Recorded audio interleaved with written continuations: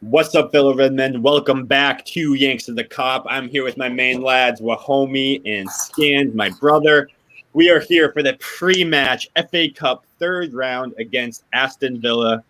Looking for some sweet, sweet revenge after that 7-2 ass-kicking they gave us earlier in the year. And you know what? Couldn't come at a perfect time. They are decimated by COVID. They might have to play their 23s. And after what they did last year, after making us play back-to-back games, I could not be happier to be playing this team right now.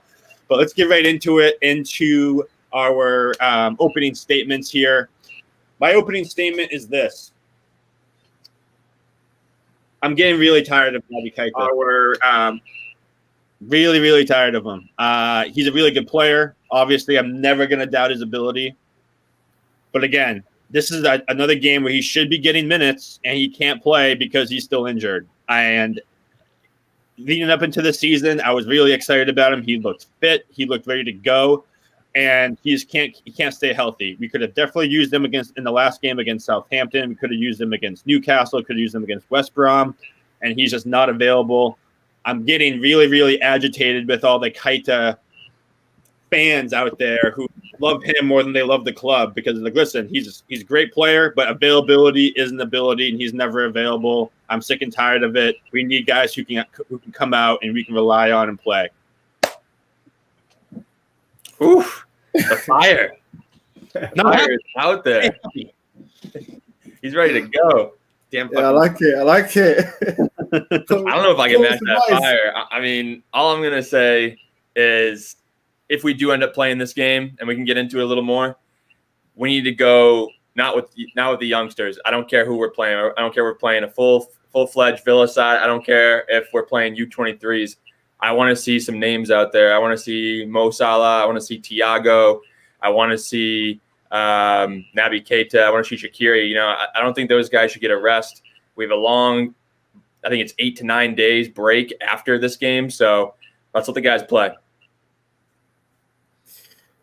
I think for me, I was kind of two minds of this game. Like, I don't want it to be postponed because I feel that we don't do well with a long break, especially up to the Man United game. So I think we need a game in between. But then also I'm a bit two minds of the fact that if Villa have COVID as bad as it is, I'm just worried about our players being in touch with them, and I don't want next week all of a sudden them saying Salah or Mane or Fabinho's got COVID and they missed the Man United game. So I'm kind of too much where the club should call it off and just say, look, we think it should be rescheduled. But I don't think the FA allowing that, give us the option. Either way, look, I just want us to get back to winning ways as quick as possible. So hopefully it does go and we can get the win. Do you think the game goes ahead, Wahomie? I think it all depends on the test tomorrow, they're saying. Apparently Liverpool aren't going to travel down into the afternoon. So it all depends if the COVID tests from Villa players come back fine. If not, I think it's 50-50, to be honest. Yeah, I thought I read somewhere that they kind of had to let it go ahead because Villa, I think they still have a game in hand or they don't have enough time to make up the game. The only time they would have available would be like sometime in February, I thought, like mid-February. So, I mean, I think they have to let it go ahead regardless of the COVID issue or not. But, yeah, I would definitely share your sentiment. I would definitely be worried about some of the guys getting COVID, regardless if people are testing negative. You never know when you're going into a stadium what's going to happen when you're playing against opposing players. Well, let's get into the rundown because this is going to be my first topic. Is the game going to be played? Yeah, 100% it's going to be played, and I'll tell you why. They were going to make us forfeit last year because we were playing a game the day before. Okay, so I don't care. Hey, like, sorry you guys have a COVID outbreak. You got to play. Like, it's this same exact situation. Like, hey, sorry, you got to play. Games on the schedule. We can't reschedule a cup game. You guys got to play. I'm sorry, you got to do it. So I don't want to hear any excuses. I want them to go play. And guess what? If you either test positive or, just with contact tracing, you're not available. Bye-bye. You don't play. Don't care. I don't care if you have to field your entire U23 team and have your U23 coach out there.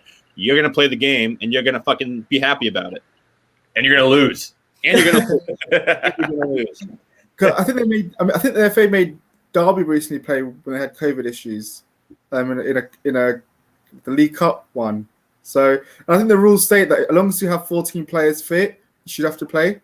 So, which is why I didn't understand why, like, for example, like a couple of weeks back when Man City got to not play when they had 14 players fit.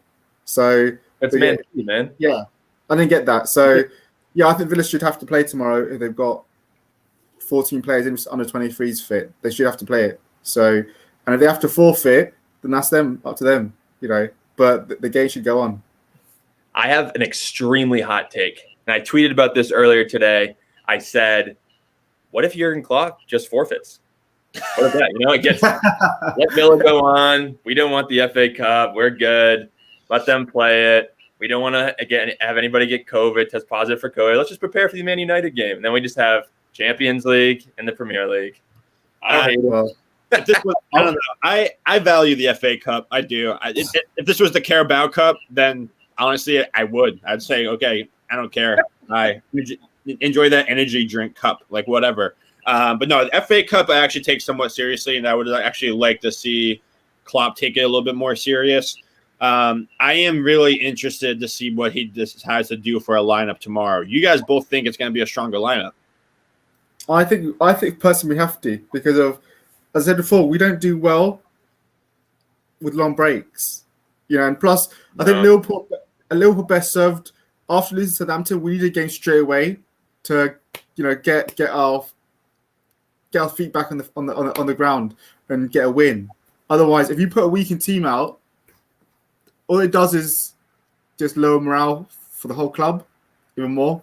It doesn't really help us. And then I think a lot of times the players will go into the Man United game cold because they haven't played for so long if you rested them. So I personally feel that we should play our strongest team tomorrow, because there's still enough recovery time for them. They've got like a week for a United game. I play the strongest team tomorrow. Especially someone like Thiago. I think he needs the minutes. I don't think the point of him resting him. He looked so short of match fitness against Southampton. He needs the minutes, and you want him to get more minutes now before the Man United game, to become more sharper. So I think for him, play him.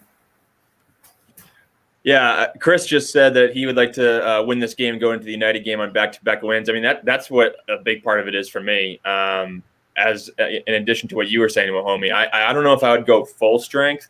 I definitely think someone like I don't know, maybe like Fabinho needs a break, especially if we're playing against the U23s. I think that someone like Sadio Mane might need a break. Someone like Gini Wijnaldum, maybe even Hendo. I don't know, but I agree. I think that someone like Thiago, someone like Mo Salah, who's currently out of form, Bobby Firmino, Minamino, Origi, Shaqiri, all these guys, Oxlade-Chamberlain. If you put all those guys on a pitch, that's a pretty damn good team, regardless of what competition you're in. So, and they all need minutes. A lot of them are coming back from injuries, and they all need minutes to get into the rhythm of things. So if we can do that on Friday, tomorrow, and field that strong of a team, then I'd feel very much more comfortable going into the United game.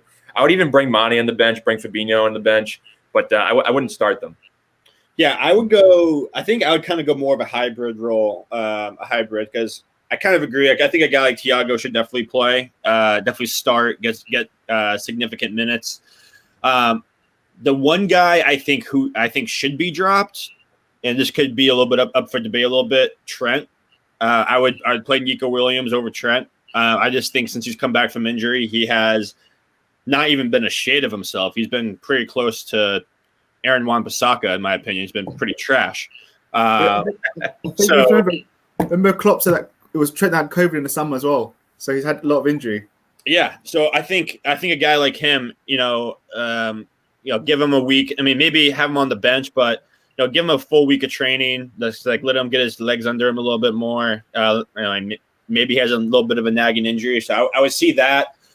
I mean, I wouldn't rule out the possibility of a double center back partnership of Phillips and Williams, something like that, to give Fabinho a little bit of rest. But I agree. I think a guy like Mo Salah should be playing. I think a guy like Minamino should be playing at some point. But the thing is like, does he start in the midfield, or do you start him as striker for Firmino? That's really what I don't know. Mane, he's starting to find his form a little bit with some goal scoring. It's like, do you let him ride that out, or do you rest him and play a guy like Divock or Origi up top? I don't know. So I think it's going to be a hybrid. I could see Oxlade-Chamberlain getting minutes. It's going to be very, very interesting. I just wanted to say, I'm just going to mention that we welcome all fans here. All fans are welcome on the Youngster Cup. I actually love Spurs Charles's confidence. I like it. Liver Spurs. I didn't want to keep it up there too long. Oh man. But yeah. So I think it's gonna be some sort of hybrid. I mean, the one thing that we do know is that we're not gonna see Jota, we're not gonna see Keita, we're not gonna see Matip. But other than that, I think open reign. I don't think Klopp can get the lineup wrong, in my opinion. If he wants to go full strength, go full strength. But I do think there'll be a couple changes. I fully expect Nico Williams is going to start tomorrow. Yeah, what would you guys say to the argument that playing our starters like the Thiagos, like the Salahs, Firminos, all those guys in a match like this would be something similar to what we experienced against Midtjylland in the Champions League? Would you be worried about injuries, or are you willing to take that gamble? I think. So go ahead, Steve.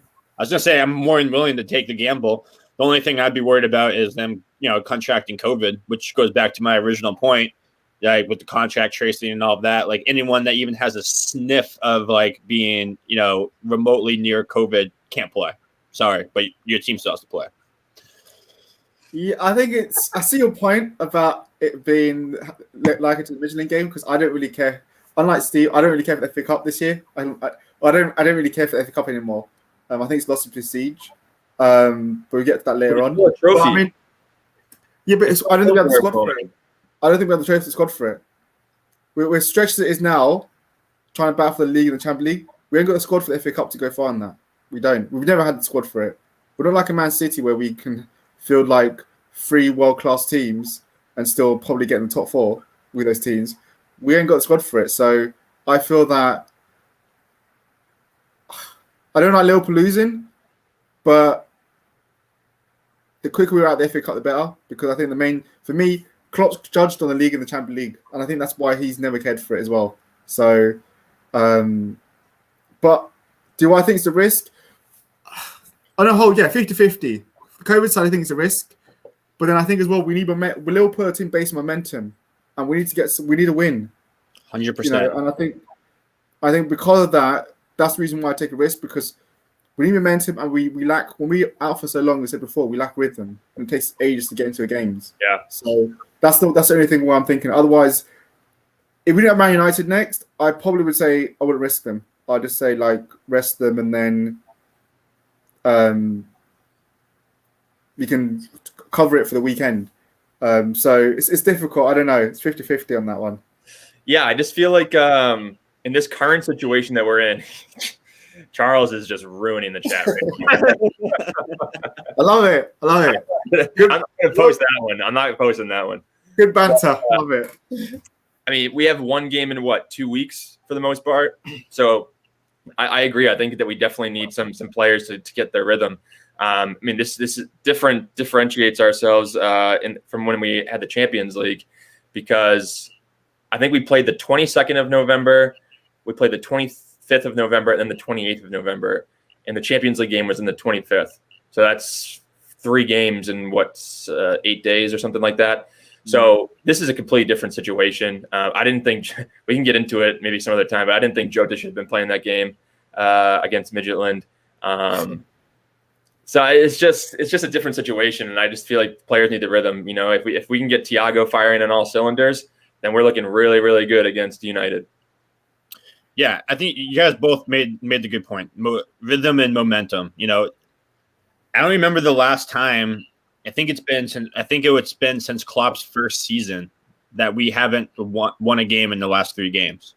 It's been that long, and so the fact that we've dropped points, and especially the teams that we've dropped points to, Aston, Newcastle, West Brom, and then losing to Southampton, we need to get some sort of positivity going into that United game. Right. That United game, I don't think they will, but if they beat us, they're going to be 6 points ahead. 6 points ahead of us, and our form.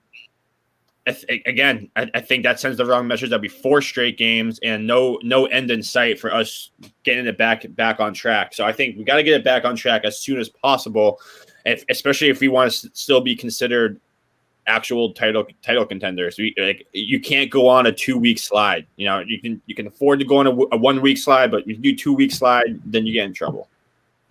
Yeah, I agree with that. I just think that right now is the starting point of the season. We're tied with Man United right now. City are creeping up. Chelsea dropped off a bit, but as Charles will tell us, Spurs are hovering around us. So it's a proper title race. It really is, and it's a season unlike any other. I still think that a lot of the big teams are going to be dropping points. I don't think you're going to see any team go on like a 8 to 10 game winning streak or anything like that. Southampton's a great squad. Leicester's a great squad. Wolves are a great squad. There's so many good teams out there. Arsenal is starting to find some form. Which is, I think, surprising to everybody. But it's just everybody's starting to pick up the pace, and we just need to stick with it. We can't be January's always been that month for us where we've fallen off a bit, and hopefully we can regain our feet quickly because we can't fall behind. Yeah, I agree with that. I do agree with your point there. I think we have to assume Man United are going to batter Burnley, so they're going to go 3 points ahead of us going to the Liverpool United game. I think Man City will win their probably maybe they're 2 games in hand. Potentially Everton might be a banana skin, but I'll probably expect them to beat that. So I expect City to win those both games. So the season does start now for us. It's now or never for us. We have to wake up and getting a win against Villa could kickstart it. Just get the good feeling back going for the team. So I think it's important that we do win. Yeah, Ali says that think that we should risk the players who can be risked. So yes, we should risk a few stars, but not someone like Matip, Keita, if they are available, which Klopp actually did say in the press that could be a possibility, but that we should risk Fabinho if he can get on. So I would agree with that for the most part. I don't think that Matip or Keita should be risked. I mean, Keita's definitely missing this game. Matip's definitely missing this game. But in the United game, if they can both be back, that'd be a huge, huge boost. And Klopp said in his press conference today that Keita's definitely missing this game, but he could be back after that. So we'll see. Well, I think, again, that goes back to my point of a hybrid system. One guy we didn't even mention yet that should definitely play tomorrow is Shaqiri. He should definitely play. It's a good, perfect game for him to step in there. But again, you have, I think Ox should definitely play at some point, whether he starts or is on the bench. He should definitely play. As little as Origi plays and puts in an effort when he does play, he's a guy that could definitely get some minutes. To be honest, I'd rather have him not play. I'd rather kind of go with more of like a 4-2-3-1 setup, starting Salah up top with maybe Shaqiri, Minamino, and then insert somebody, whether you want to say it's Mane or Firmino, somebody up there just to start with it, or Ox, start Ox up there, and then you can do Thiago with, call me crazy, a guy like Clarkson, young guy Clarkson, have him start next to Thiago, and then you have Robertson, Nico Williams, and then maybe Reece Williams and Nat Phillips, something like that. So you still want to have, I think it's still important to have 3 or 4 key guys in there, but we finally have some of our squad available, and this is the perfect game to play some of those guys. Would you guys play with a formation? Maybe go with the 4-2-3-1 just I would, only because that's what we have available for the squad. I think it just sounds like when you have Shaqiri, Minamino, and Ox, all 3 of those guys available, the 4-2-3-1 is the perfect formation when you have those guys. Whether you want to start them or have them all come off the bench, when they come off the bench, that's the perfect formation for those guys. Especially if you sprinkle in a little Thiago behind them, like that's literally the stuff that we've been talking about all year. So it's gonna be interesting. Yeah, I think obviously the players that. Because I was thinking, I think players that are stuck in the basement should come out potentially as well. So I think find the key and get out. I think they should. So I think because Klopp mentioned again Minamino, I think recently, I think in an interview the other day, but how Minamino is adjusting after a year. So he has to start. I'd be He actually surprised. he admitted in today's press conference, he was like, yeah, he played really well in the Palace game, and then he didn't play the past 3 games. So I think he's probably going to play soon or something like that. He ultimately said like, he's going to play some more. He's deserved that. It's like, hopefully he gets a start tomorrow. Shaqiri obviously needs minutes. I'd give Origi a run out because I think he needs. It's clear. I don't think we're selling him now in January. So give him a jog out. Let's be honest. Give him a jog out. Yeah, we might as well give him some minutes because he'll probably be needed at some point. So we might as well get him match fit. I think it's like I said, it's a difficult one.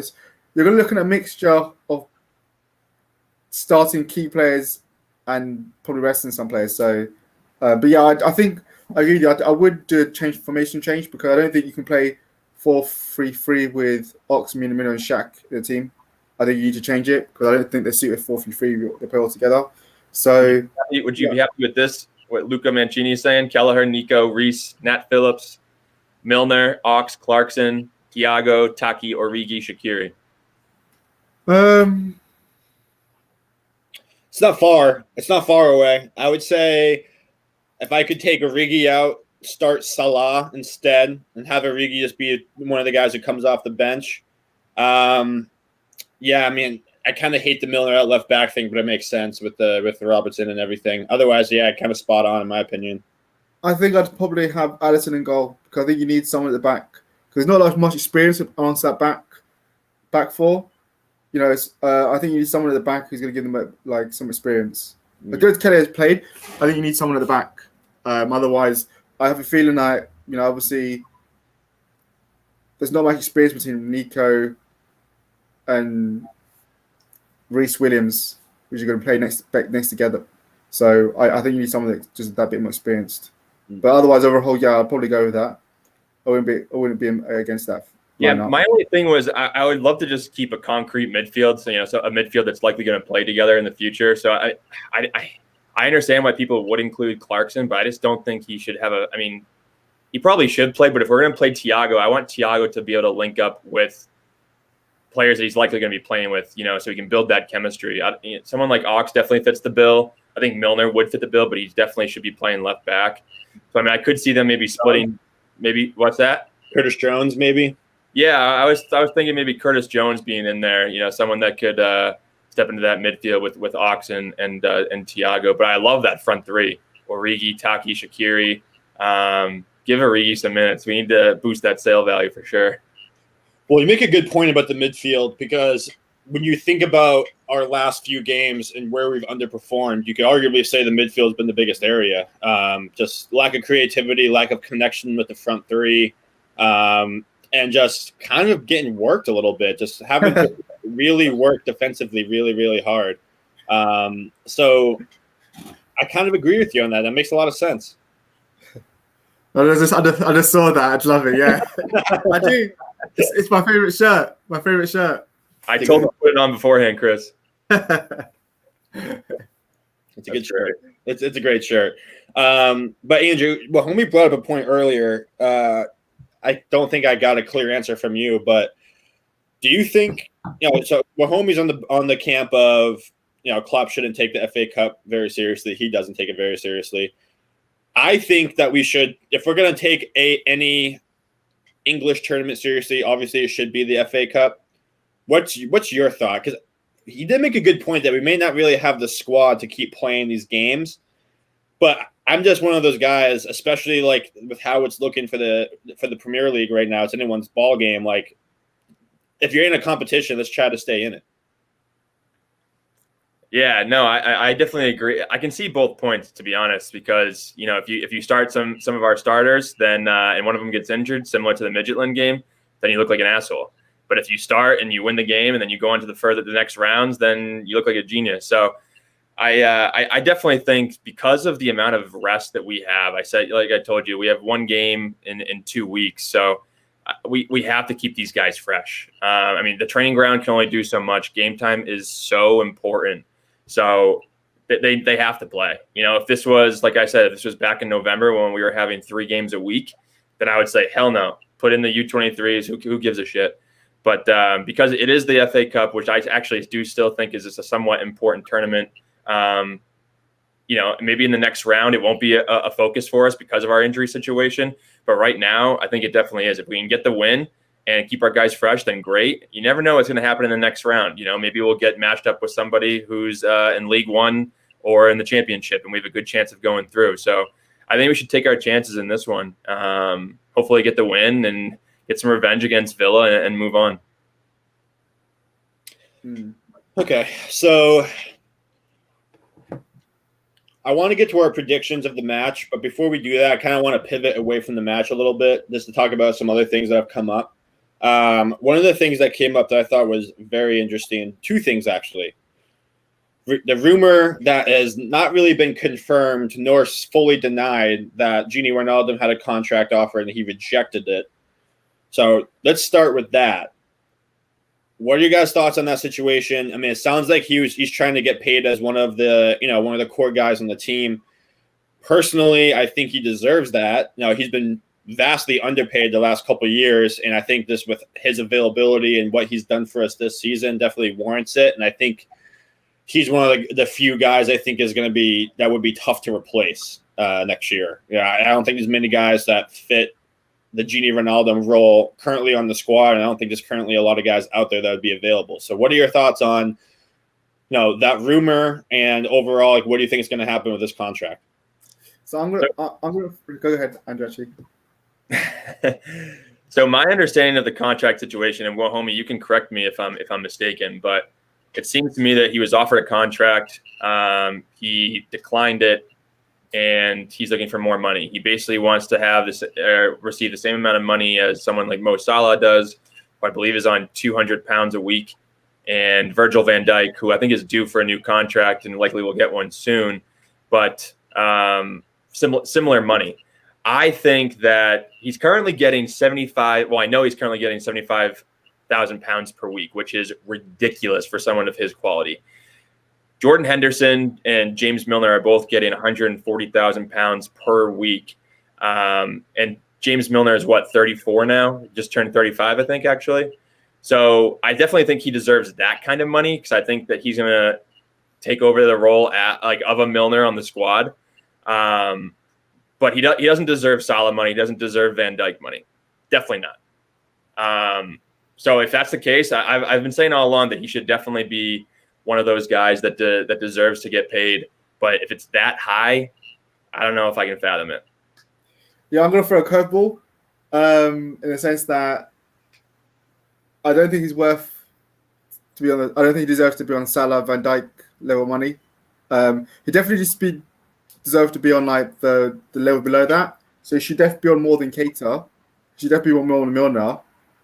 But he should not be on Salah, Van Dijk kind of money. I don't agree with that. And I think if he's holding out for that money, because the report I saw, which I think Sky reported, that he wants to be a top earner. So if he's after that, he's trying to hold the club to ransom. And I feel that what he'd been offered 150k or something like that is enough. If you're after more, then you just after, it's just greed for me. And I think no player's bigger than the club. So he's putting the club in a situation where I agree with them. You can't give someone who's 30 nearly 200k a week. So so I think I wouldn't pay him that, but I do feel like I said, he does deserve a higher. And also I think so my curveball is basically this. People keep saying we can't replace Gini, and you can't replace Gini in terms of like for like, but I don't want a like for like. If we get rid of Gini, if Gini goes, I don't want a like for like. I think it's the perfect time to revamp the midfield, because I feel that we become predictable in terms of our style of play. We become predictable that the fact that we're always playing through the flanks and we don't play through the middle. And I feel this is a great time to revamp the midfield and actually change it. Get someone else in, a different midfielder, that will allow you to play that's box to box, that's good defensively, strong offensively, that creates and scores goals. Because I think that's what we badly need. I hate to say it, but I was all for favour of getting a Fernandes 2 years ago before we went to Man United. I think we badly need that kind of midfielder that get goals. So we need to evolve. And I think back to when Klopp, I think after the Champions League, after Fekir incident, when Harry wanted Fabinho, Keita, and Fekir as a midfield, before, and then for Curve the deal fell through, then he changed it and went to playing by the wings. I think we need to evolve to something like that. You know, we need to score more. We're too dependent on the front three or front four to score goals, and when they don't score goals, there's no one else that's really going to come up with a goal. And I think that's where I feel like this summer we should be looking more for a while kind of player that's box to box, that's strong defensively at attack, rather than going for another Ginny Wijnaldum like for like. So yeah, I agree with you. You can't replace Ginny because there's no many players that can do what he does. But I don't want another Ginny. I want someone else to evolve. And I think Curtis Jones can be molded into the new Ginny. So because I think he's got all the games there in terms of the passing ability. He just lacks experience. So for me, my only counter argument would be that if you look at teams like City, United, even Chelsea, you know, Chelsea have Conte and Kovacic, very similar to what we're running with. City have Gundogan and Rodri. United have Fred or Pogba and McTominay. So you have like a lot of those similar types of lineups, types of situations. Pep's only doing that because he's bottled it. What's that? Pep's philosophy, if you look at Pep's philosophy normally, he never played two defensive midfielders. At Barcelona, he always played one midfielder, defensive midfielder, and Busquets, and two attacking midfielders, and Xavi and Iniesta. His Centurion team only had one defensive midfielder. The reason why he's gone two is because he's bottled it because he doesn't believe in his defence.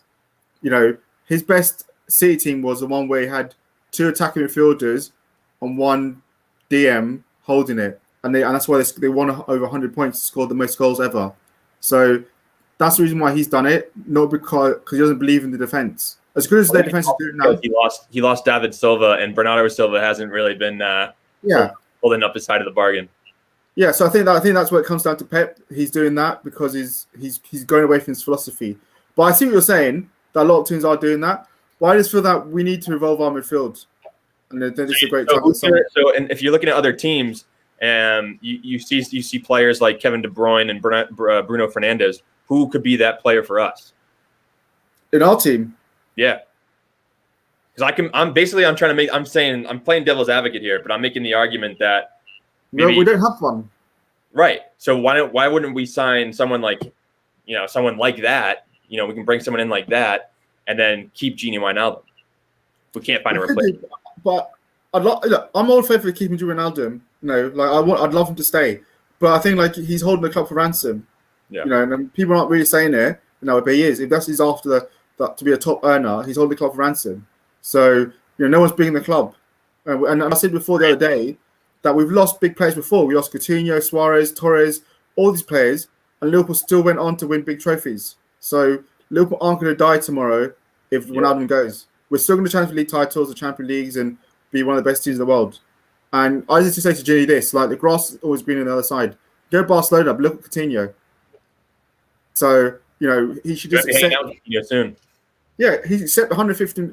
He accepted 150k a week and signed a new contract. Stop looking for a big paycheck and trying to hold a club that, you know, put you to stardom level. You know, how much would a war cost? Well, they say like 50 million, 40 million. So how much would his wages be? I think way less. Probably like 100k. Yeah, I don't think he's. A while as well. Like he's after he didn't get the move, he's kind of down tools like Sanchez has done. Mm-hmm. So he's not been as great this year. So the only difference is obviously to negotiate with Alus. He's an arsehole. He's one of the hardest people to negotiate with. But I don't think he's on that much money really. Yeah, so Awar's currently at 60k per week. Yeah, he's not a lot of money. 50k at most 120k would get it done for him. So that'll be something interesting to keep an eye on for sure.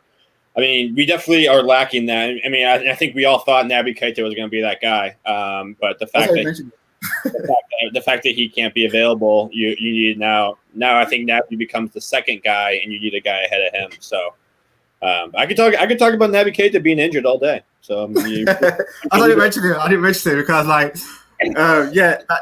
Naby is a guy that we thought was going to be, but he's not. He's not. So we need to find someone else, and it's going to be outside the club that can score goals. Because I think that's the next evolution of our team, to get a goal-scoring midfielder, someone who's going to score goals and chip in. We like that. Obviously, we thought Ox could be that guy, but he's injured too. So we need someone else who's going to do that. I think Naby can be that guy. I just think they haven't managed him properly. His last game, he came back from an injury and they played him 90 minutes. Like, why the hell in what world would you do that? And that happened to him again in the Guinea national team. So if you look at Spurs, if Charles is still here, you can look at Spurs and what they're doing with Tanguy and Dombele. He only plays when he was playing. He was only playing for 60 minutes, and then they take him off. He's on a minutes restriction. Why can't we do that with Naby Keita? Why does he have to play 90 minutes? Why does he have to play 80 minutes? Play him for 50 minutes. I don't care. Just you have to limit it. I agree with that. We could do that. We should actually start limiting him because he hasn't got the legs to play 90 minutes in the Premiership. No. But 60 minutes, Steve, you're so unimpressed. You know what Naby is? Naby's super sub. That's what he is. Play him 30 minutes, no fucking more than that, because if you play him more than 45 minutes, he's going to be using a fucking cane the next day with some sort of injury. I'm tired of it. We need him against a low block. Like we need him against a low block. So he has to start in those games. He's going to get hurt. He's going to get hurt. He's proven he can't freaking play, like you said. And like, it doesn't make sense playing him 90 minutes. Well, guess what? We started the season playing him 60 minutes consistently, never letting him play more than that. And guess what? Still got hurt. So he's just that guy. He's going to be our new Daniel Sturridge, I guess. It's just always I love Daniel Sturridge, though. I mean, no complaints about him, but whatever. The other thing I wanted to talk about before we got to the prediction for the match, the Mo Salah rumors don't seem to be going away anytime soon, pretty much ever since he complained about being captain. I now saw a report that he doesn't feel loved, even though he is the Egyptian king here, and everybody knows his name now. He has his heart set on the move to Real Madrid. Is this all smoke and mirrors, or is there any actual truth to this, you guys think?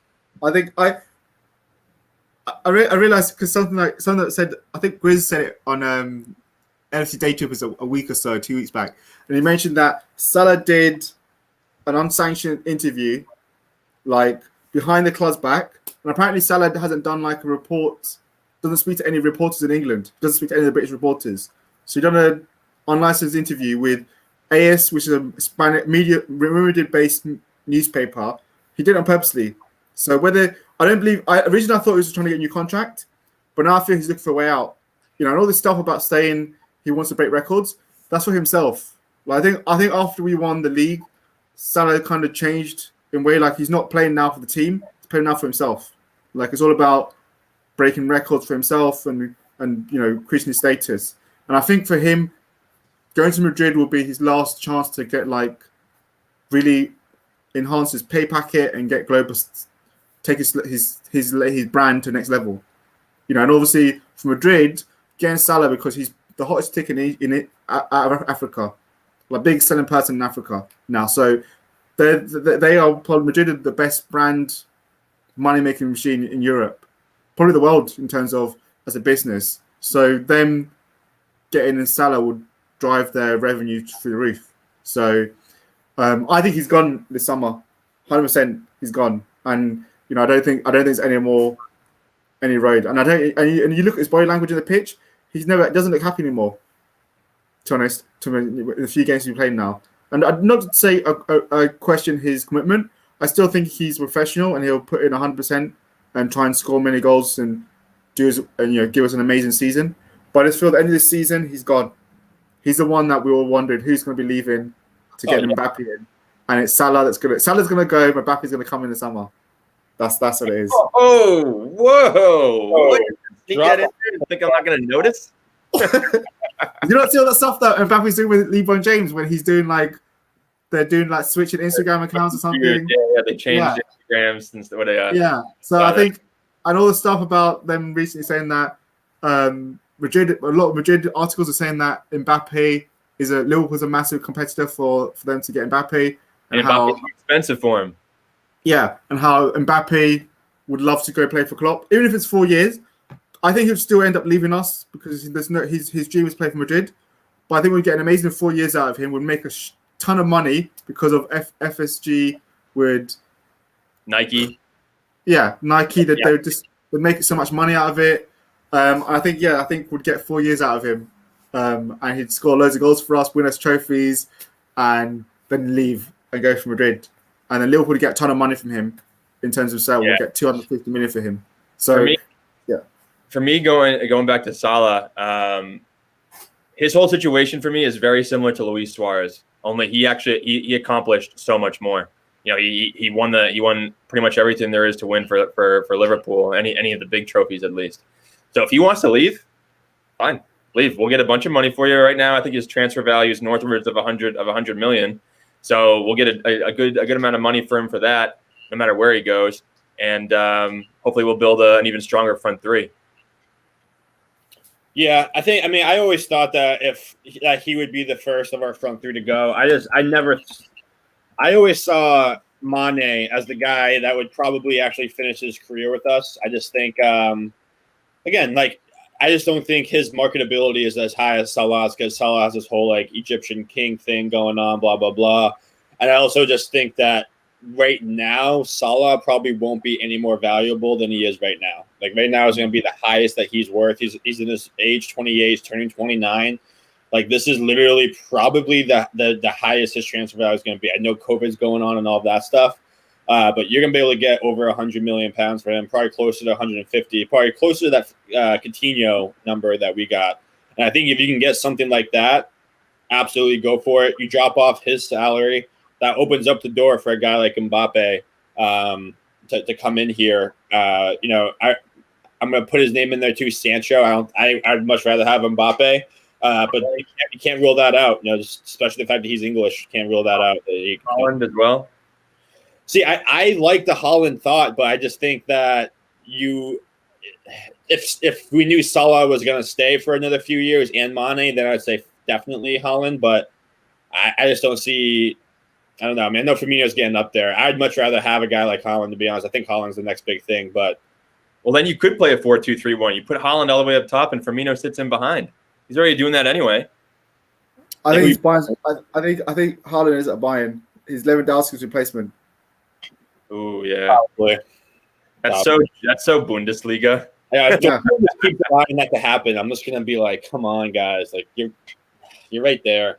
But it's gonna be interesting. This next transfer, the summer transfer window is gonna be incredibly interesting to watch. That's for sure. But let's get to our official predictions. Yeah. So, quick question for you guys. Good. So there's a lot of people who, I think we mentioned it before the game, there's a lot of people who are saying that this whole centre-back issue, like if we don't get centre-back, are you the belief that we're not going to get top four, that top four's in jeopardy? Because a lot of people are now saying that Liverpool might not get top four because of the centre-back issue, all that kind of stuff. Where do you guys sit on that? How critical do you think a centre-back is in January, and how defining do you think it will be in terms of our overall season? I've said all along that if we did not get a center back, if we did get a center back in January, I think that we would compete for 2 trophies. I think we would compete for the Champions League, and I think we would compete for the Premier League. If we don't, I think we'll only compete for 1. I still think maybe that's the Champions League, maybe it's the Premier League. But regardless, I think no matter what happens, we can compete for the top 4. I mean, who else is going to challenge us? Seriously. I don't have any faith in Chelsea. I think Spurs are way too inconsistent, and I think they're very beatable, again, especially against the top 6. I think that teams like Leicester aren't really that big of a threat. Wolves, Southampton, while they are up and coming, I don't think that they pose a threat at all to the top 4, definitely to Europe, but not to the top 4. So then what remains? It's City, United, and Liverpool. Everton. It's January 7th, and we just had the joke of the year. Look at that. That's great. That's great. Beautiful. I think it's absolutely laughable if people think that we're not going to make top 4 even without it. I think I said this on the last episode. I think not getting a center back shows a lack of ambition for this year. I totally understand the financial aspect of it, right? Like we had no money this summer. All of our deals were pretty much, hey, we'll pay you a little bit up front, but we're going to pay most of it later on. Mm-hmm. So when you look at that, it makes you just be like, yeah, I mean, there's no way we're going to do anything in January. But especially when you see where we're at with everything, how the table right now is, especially in the Premier League. I just think it shows a huge lack of ambition to think that all you have to do is bring in a above average an average to above average experienced center back, and you're probably going to win the league. And if not top two, probably guaranteed. I just think it shows a lack of ambition. Like, not many teams can say that they've gone back to back in the Premier League, and I think that would be a pretty huge statement to say, especially with all of our injuries going on, and especially the confidence that you'd have going into next season, being like, literally, things could not have gone worse last year, and we still won the league. And now we have Van Dijk coming back, healthy Gomez, yada yada yada yada yada. Like, we would be so deep in everybody's heads, it would just be awesome. The only thing I'll say to that is I think that we showed a lot of ambition coming out of the summer into the new season. We signed Thiago, Tsimikas, and Jota, 3 desperate positions that we needed. While we definitely did need a center back, I thought FSG, Klopp, Michael Edwards, all 3 of them, whatever you want to call it, they did show a lot of ambition. But now, I guess how did they do that? They Michael Edwards worked his magic, and we put up 11 million up front or something stupid like that. I forget the amount of money that we put up front, but a lot of in January, it's a different window, it's a different time. It's middle of the season. I don't think those types of deals exist. I don't think it's possible, unfortunately. In January, I've said it all along. There's always a premium, especially for the big players. I mean, if a club is in a dire situation, like we've thought about Schalke and Lille, is it Lille or Lille? I don't know how to pronounce it. Lille. Then maybe, but I still don't think they need the funds, so they're going to want to. That's another premium added on top. So I don't think we're going to see anything in January, unfortunately. Yeah, I agree with that. I agree with both your sentiments. I don't think a centre back will mean we don't get top 4. I think we're still good. We're still strong enough with the rest of the squad to get the top 2. I don't think, several outside the Manchester clubs, I don't think the rest of them are genuine challengers to take our place. I think a centre back would have guaranteed us to win the league and at least make the Champions League final. Centre back now, you're looking at having to really manage us in both competitions to go far in both. And it might be the case where you eventually, if we do drop on the Premiership, then you have to then focus on the Champions League because of how the different format is, how it's more of a knockout. Because then you can still get to the final based on that. And we've shown Liverpool historically are a great knockout team. So I don't think the season's over. I think people are overreacting, but I would have ideally liked to centre back in January just to ease the load because we need the body. But right now, I'm probably 60-40. We're not getting anyone. As much as people trying to say it's smoke screens with all the stuff like the reporters saying it's not happening and stuff, and Klopp saying now it's unlikely. I'd love someone, but I'd just be surprised. Because I think as well, like, I think for us to get someone, we have to ship out a foreigner first because our foreign coach is full. I saw the Echo report that said that we are non-EU's full capacity, so we have to get someone out. And we're not selling Origi or Shaqiri this window, then I don't know who else we can let go to free that point up. And then the Brexit rules have changed it because apparently now someone who's under 21 has to be registered with the foreign still. Yep. They've changed it now, so it's not like before where you can under 21 didn't have to register. Now they have to be. So again, you still have to free up a non-homegrown person. So we're not saying anyone. I've not heard anything for Origi or Shaqiri. Seen anything saying in leaving. Then who's going? Adrian.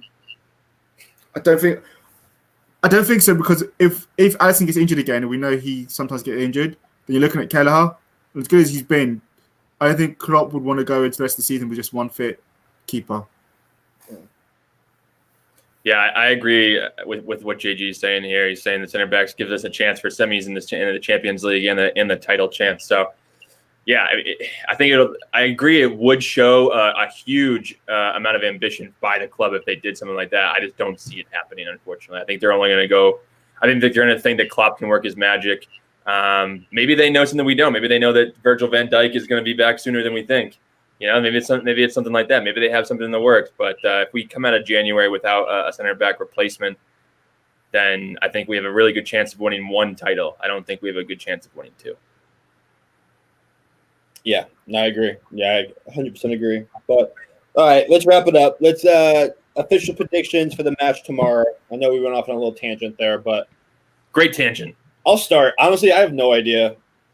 I have no idea what the lineup's going to be. I'm just going to say 2-0 Liverpool. I just think, again, I think if we play, Villa's going to have to play most of their U23s. I just think our quality will just – I mean, unless they literally play all 11 guys in their own box, we're going to end up getting 1 or 2. So 2-0 Liverpool.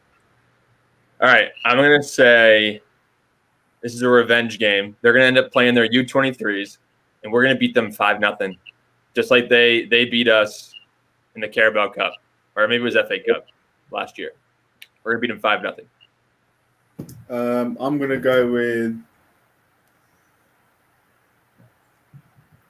3-1.